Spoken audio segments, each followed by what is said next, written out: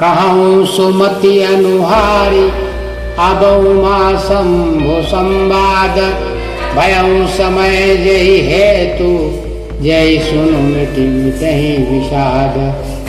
अब मैं अपनी बुद्धि के अनुसार वही उमा और शिव जी का संवाद कहता हूँ। वह जिस समय और जिस हेतु से हुआ उसे हे मुनि तुम सुनो, तुम्हारा विषाद मिट जाएगा।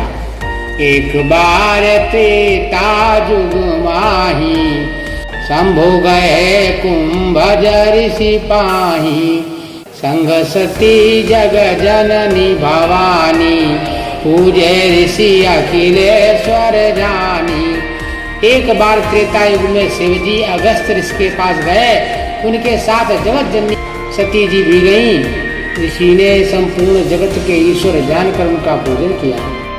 राम कथा मुनि बरज बखानी सुनी महेश परम सुख मानी।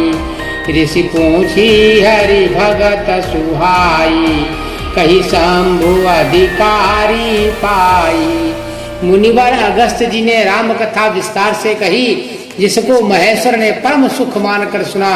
फिर ऋषि ने शिव जी से सुंदर हरिभक्त पूछी और शिव जी ने उनको अधिकारी पाकर रहस्य सहित भक्ति का निरूपण किया।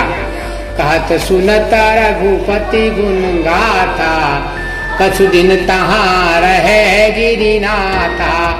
मुनि सन विदा मांगी त्रिपुरारी चले भवन संग दाक्ष कुमारी। श्री रघुनाथ जी के गुणों की कथाएं कहते सुनते कुछ दिनों तक शिव जी वहाँ रहे। फिर मुनि से विदा मांगकर शिव जी दक्ष कुमारी सती जी के साथ घर कैलाश को चले गए। तेहि अवसर भंजन मही भारा हरि रघुवंश लीन अवतारा। पिता बचन तजी राजू दासी दंडक बन विचरत अविनाशी। उन्हीं दिनों पृथ्वी का भार उतारने के लिए श्री हरि ने रघुवंश में अवतार लिया था।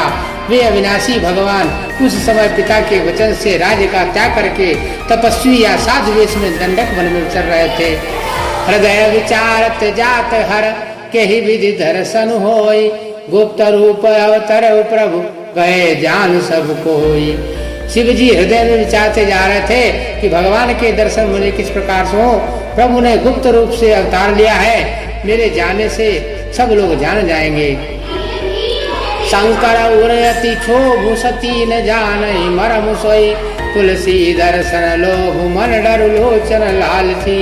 श्री शंकर जी के हृदय में इस बात को लेकर बड़ी खलबली उत्पन्न हो गई, परंतु सती जी इस भेद को नहीं जानती थी।